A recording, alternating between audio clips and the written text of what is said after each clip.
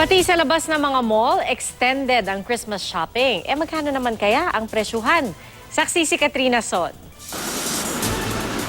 Kasabay na pagtatapos ng araw at uwian ng maraming empleyado, ang pagdami naman ng mga naghahabol sa mga Christmas shopping.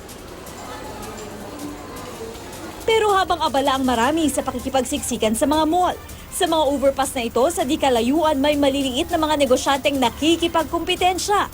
Sige, bili na, mura. 150 lang, sige, bili. Pili kayo. Kanya-kanya silang paraan dito para kunin ang atensyon ng mga dumaraan para mapansin ang mga mura nilang benta. Magkano sa atin? 80 lang, 80. Mura yan, 80 lang. 80? Oo, 80. Wala nang bawas to? Yan lang. Kaya naman ang pamilya ni Catherine Esmabe dito na raw mamimili ng mga panregalo. Marami din po pipilian, tsaka mas mura din po.